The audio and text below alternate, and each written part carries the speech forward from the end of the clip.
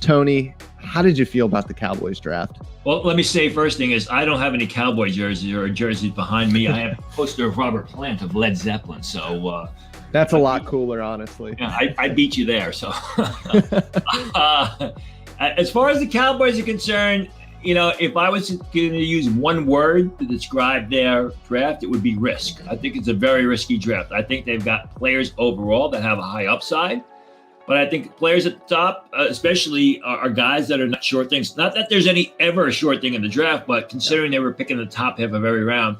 I mean, they go with Micah Parsons, which was an interesting selection when you look at their depth chart. I don't know that he's going to be the pass rusher they want him to be or the pass rusher the teams expect him to be. Is he going to play middle linebacker? I know this. They're very excited about having 𝗬𝗢𝗙𝗟𝗏𝗧𝗨𝗕𝗘 and Micah Parsons roam that second level of the defense. Both guys are incredibly athletic. Parsons is explosive. He's fast in a straight line as well as laterally. He can get from point A to point B in a nick of time. He can drop off the line and play in coverage. He's forceful up the field. He does a lot of things. He's got to do them consistently. Let's forget about the reported or the alleged off the field issues. My concerns with Parsons, and I said this all along, is the instincts run hot and cold. Sometimes he's looking for the ball. Sometimes he's not quickly reacting. But he was able to make up for it in the Big Ten because of his superior athleticism, his ability to get to point A to point B in a nick of time, and no one was able to block him. It's going to be a little bit more difficult to do that on Sunday. So there's a lot of upside there. The unpolished instincts are kind of a minor red flag for me. Same thing with Kelvin Joseph. I mean, obviously, they lost Byron Jones in free agency 2 years ago. They need a cornerback. Joseph is a big physical corner who really came on this year at Kentucky after transferring from LSU.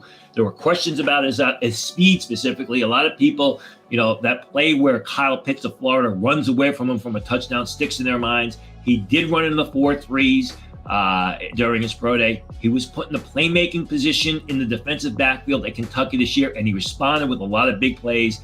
He's instinctive. He does a good job, reading the action and making his move to the ball. He makes plays with solid ball skills as well as just physically beating down opponents. But again, he needs to polish his game. He's got a good amount of upside. I want to see how he does making plays with his back to the ball because that's something he wasn't asked to do all that much at Kentucky. Diggy Zoo. I know that the Cowboys liked Milton Williams, but they lost out on him. They take a Diggy Zoo, who is your prototypical 3-technique tackle. I think he's a good addition to the defensive line. He's quick. He's explosive. Multiple offensive linemen I spoke to during Senior Bowl practice said he was the toughest guy to stop. Fires off the snap with an explosive first step. He goes on every single play. He's a one-gap penetrator who's a good fit for the system. I also like Chauncey Golston, although Golston as well as Nahshon Wright, their other third-round pick, I thought they were taken a little bit earlier than I had him on my board. Golston is an outstanding 4-3 defensive end. He can rush the passer. Like a Diggy Zoo, he's a guy who plays with great intensity. But like a Diggy Zoo, he comes up a little bit shy when you're talking about the physical skills. A Diggy Zoo is short. He doesn't have much growth potential.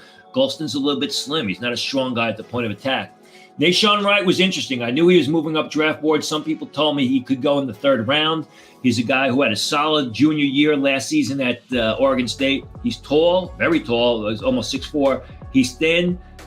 He flashes ball skills, but he's a guy who's got to get a little bit stronger because he's got a lanky body and he loses out in battles. He's got a decent amount of upside. Jabril Cox was an outstanding selection in round 4. This was probably my favorite selection for the Cowboys. I thought this was a steal. I thought Jabril Cox should have gone day 2. He is a good fit for the system. Another guy to add in there with 𝗬𝗢𝗙𝗏𝗏𝗧𝗨𝗕𝗘 and Micah Parsons as far as the athleticism, the ability to roam that second level, pursue the run, drop off the line, and play in space and coverage, which Cox does exceptionally well. I thought that was a great steal. Josh Ball is an interesting case. I mean, Josh Ball on film and playing ability legitimately was a day 2 selection. He was a guy who transferred out from Florida State because he had off-the-field issues, which scared a lot of people, to Marshall, was a rotational tackle for Marshall in 2019, took hold of the starting left tackle job in 2020 and was outstanding, just played better and better and better. He's tall. He plays with outstanding fundamentals. He's got the footwork to slide off the edge. He's got the strength to be a dominant run blocker. He plays smart, nasty football. The off the field issues is it something where it was a one-off incident? It was a he said, she said. It wasn't a consistent problem for Josh Ball, but it still scared a lot of teams away. Again, like Jabril Cox, Ball in round 4 could be a real steal for the Cowboys moving forward. He's a guy who could develop into a starting tackle. 𝗬𝗢𝗡𝗡 of Stanford. I mean, he's got upside. He's got good size. He's got good speed. He's got to basically capitalize on what was a good 2020 campaign.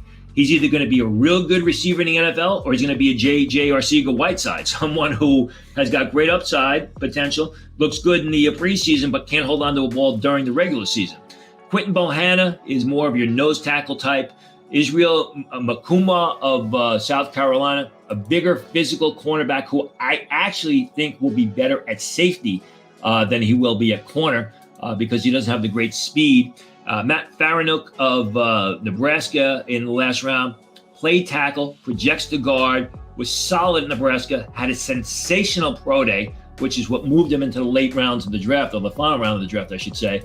If he doesn't make the active roster, I think Faranook is a guy that will be on the practice squad this fall. And speaking of the practice squad, are there any UDFAs that the Cowboys picked up that you liked? You know, I was told that they were going to look at tight ends during the draft, and obviously this was a poor tight end draft, but they may have come away with a great steal with UDFA in Nick Eubanks of Michigan.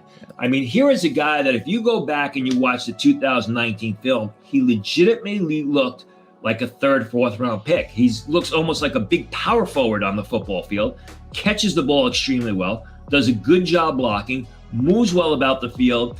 The difference between his 2019 season and 2020 season was night and day, as it was for a lot of Michigan players. We talked about Jalen Mayfield in a different breakdown, and Eubanks just seemed like he wanted to be elsewhere, but he's got the ability to play at the next level. I think he's someone who could make an active roster, and if he capitalizes on the ability he's shown in the past and really plays up to his level of ability, he's going to be a surprise pick.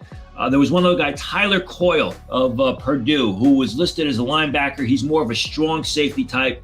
Tyler Coyle was played at UConn in 2019. Entering the season, he was graded as a 4th round pick by scouts, was used as sort of in a rotational, situational sort of role at Purdue last year, then went and had an Olympian type of pro day workout. I mean, it was like we ran in the 4.3s. It was a 38-inch vertical jump. It was outstanding. I think he's a guy who can be a good, strong safety in the league. At the very least, I think Coyle is a practice squad prospect.